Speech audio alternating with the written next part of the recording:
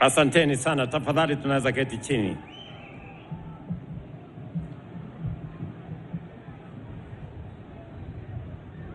The great people of Uasin Gishu County, the residents of Eldoret City, ndugu viongozi wote wenzangu, wananchi hamjambo. Hamjambo tena. Bwana Yesu asifiwe. Chamgei. Omune. We are here gathered to participate in and witness an event of singular importance and the culmination of more than a century of growth, not just in Eldoret town, but in Uasin Gishu and the entire North Rift region. Eldoret is one of Kenya's oldest towns and the site of events and institutions of tremendous historical significance, not only for this county, but also for our nation. An important facet of Kenya's political and economic history is encapsulated in the urban center famously named 64, because of plot number 64 on which stood the Eldoret railway station. We all know the role played by Uganda Railway in our country's economic, political, and cultural history, and the dramatic changes our communities underwent after the advent of colonial settlement. As a result of its early promise as a major economic hub in East Africa, Eldoret attracted traders, workers, and professionals from far and wide who settled here, contributed to its economic growth, and built a cosmopolitan population whose diversity has been the secret ingredient to Eldoret's vigor and perpetual dynamism. This place bears visible imprints of the legacy of people from India, South Africa, and Britain, as well as every Kenyan community who settled here and made it their beloved home.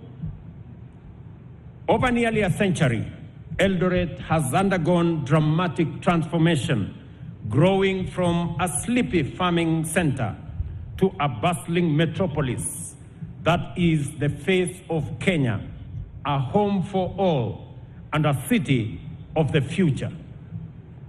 It has established itself as a recognized hub for serious investment in agro-industrial and agribusiness, biomedical and medical, trade and commerce, tourism and hospitality, sporting and entertainment, and finance and technology. This event affords us an occasion to reflect on and celebrate the positive impact of devolution. In just one decade, Uasin Gishu County took over the Eldoret Municipality and Warren County Council, overseeing a transformation that has made a compelling case for Eldoret to finally join Nairobi, Mombasa, Kisumu, and Nakuru as Kenya's fifth city. Devolution has enabled Uasin Gishu to harness the immense potential of agriculturally rich and resource-endowed hinterland throughout the North Rift, and to catalyze the ambition and energy of Eldoret's business community to deliver impressive growth. Eldoret ascends to city status at a time when 50% of humanity lives and works in urban centers, making the 21st century an urban century. As the city of champions, it is essential that Eldoret focuses on the great opportunities and significant challenges ahead, not only because the future is urban, but also because it has what it takes to emerge as the ultimate city of the future. Today, therefore, is also our moment to reflect on the effort we have made and the commitment and determination it will take to make Eldoret a smart, livable city that will thrive like a champion in a complex and rapidly changing present and future. We need to harness our people's initiatives, dedication, and industry to leverage technology and transform this city and county's potential to provide residents with a high-quality urban experience while offering investors, professionals, and entrepreneurs an attractive environment to produce competitively.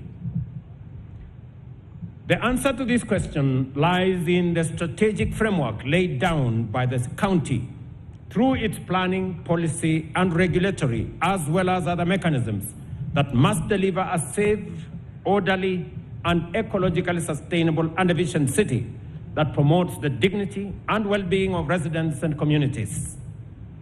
The new city must also foster an economic environment which provides opportunities and a business climate that rewards enterprises which bring their investment into this great town.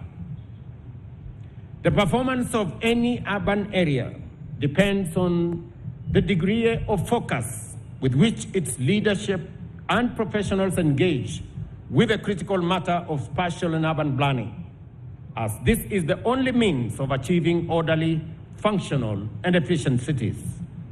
It is also greatly determined by the level of success in implementing devolution, establishing effective county government structures, and the efficiency of resource mobilization and expenditure by county governments. The forthcoming regulations under the Urban Areas and Cities Act are intended to further enhance the governance and management of urban areas. At the same time, ongoing partnerships and collaborations have enabled us make progress in identifying and addressing critical priorities related to urban governance, infrastructure development, and the development of mechanisms to promote development and sustainability. I have in mind such initiatives as the Kenya Urban Government, commonly known as KENAP, and the Kenya Urban Support Program, Phase 2, which represents a cumulative investment of $1.35 billion aimed at creating livable cities. And I want to declare that Eldoret will be among the beneficiaries of this fund. Eldoret will benefit significantly from these initiatives, which focus on infrastructural investment, such as waste management, connectivity, and social infrastructure. Similarly, Eldoret is also benefiting from the various national government projects, including the ongoing construction of Eldoret Central Market, the whole infrastructure around housing. And I am happy to say that close to 10,000 housing units are currently underway, under construction in Eldoret City, from Kidiwa to Pioneer to Kimumu and many other areas.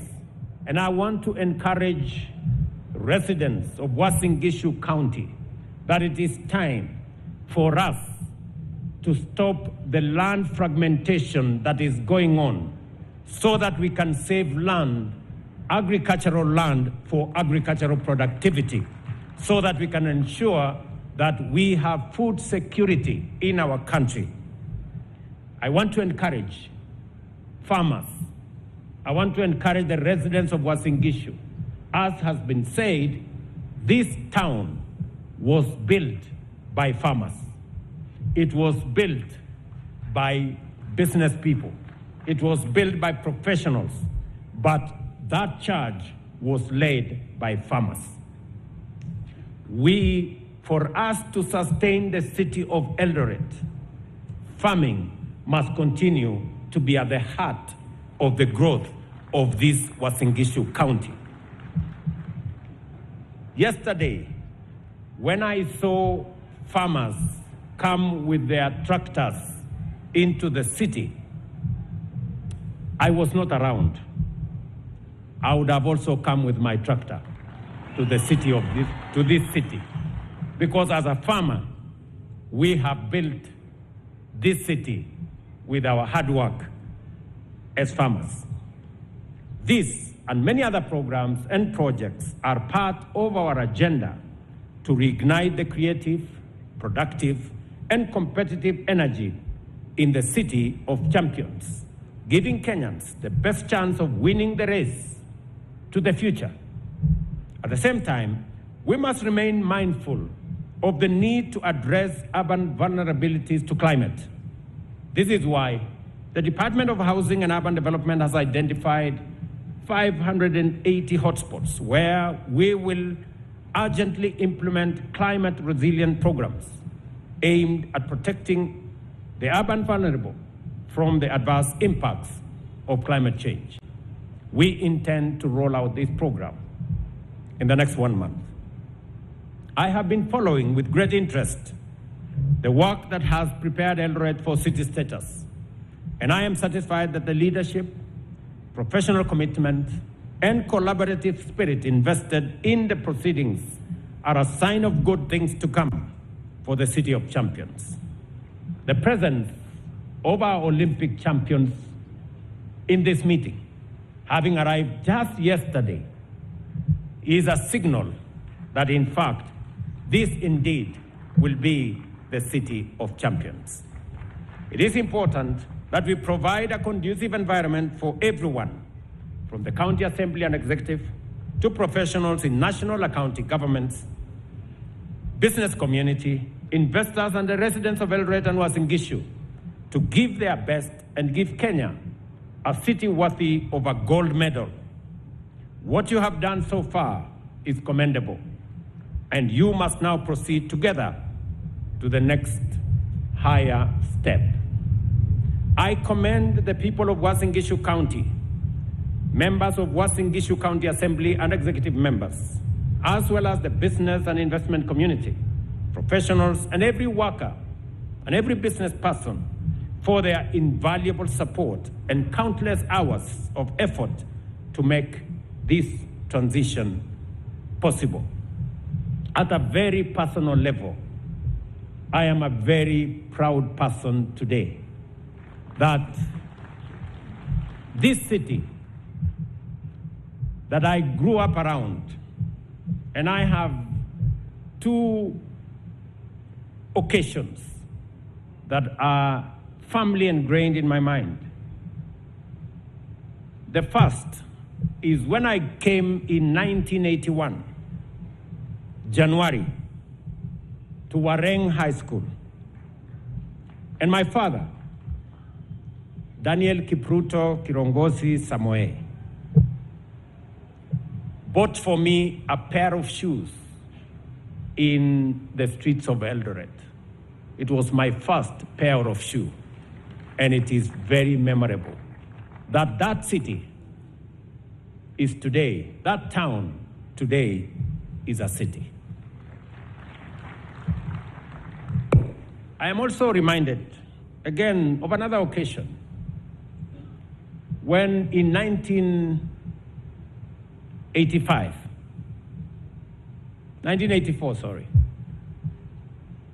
in October, when I worked for the first time as a clerk after Form 4 in Kapkong Farm for the late Paul Boyd, and he paid me 300 shillings. It was my first wage. And I came to Eldoret town at Hughes Building, for those of you who know where Hughes Building used to be. And I bought for myself a pair of jeans with 137 shillings of my hard-earned wage. It is a moment I remember that it was my first time to walk into a shop and buy a brand new pair of jeans. That is the city, that is the town that today has graduated after immense hard work, commitment, drive by farmers, by business people, by sportsmen and women who have contributed significantly to the growth of this city. And today, we celebrate the city of Eldoret. Finally, I am reminded, because this is my hometown, that just behind here, when I first ran for a member of parliament, I didn't have a house. And it was a big problem because many people said this man will run away once we elect him because we don't know where to find him. So my supporters told me, you must get a house. So I got a house. In fact, it belonged to one athlete. So I rented the house. But my supporters said, this man has bought this house. And he has not just bought the house. He has bought the house together with the dogs that were in that house.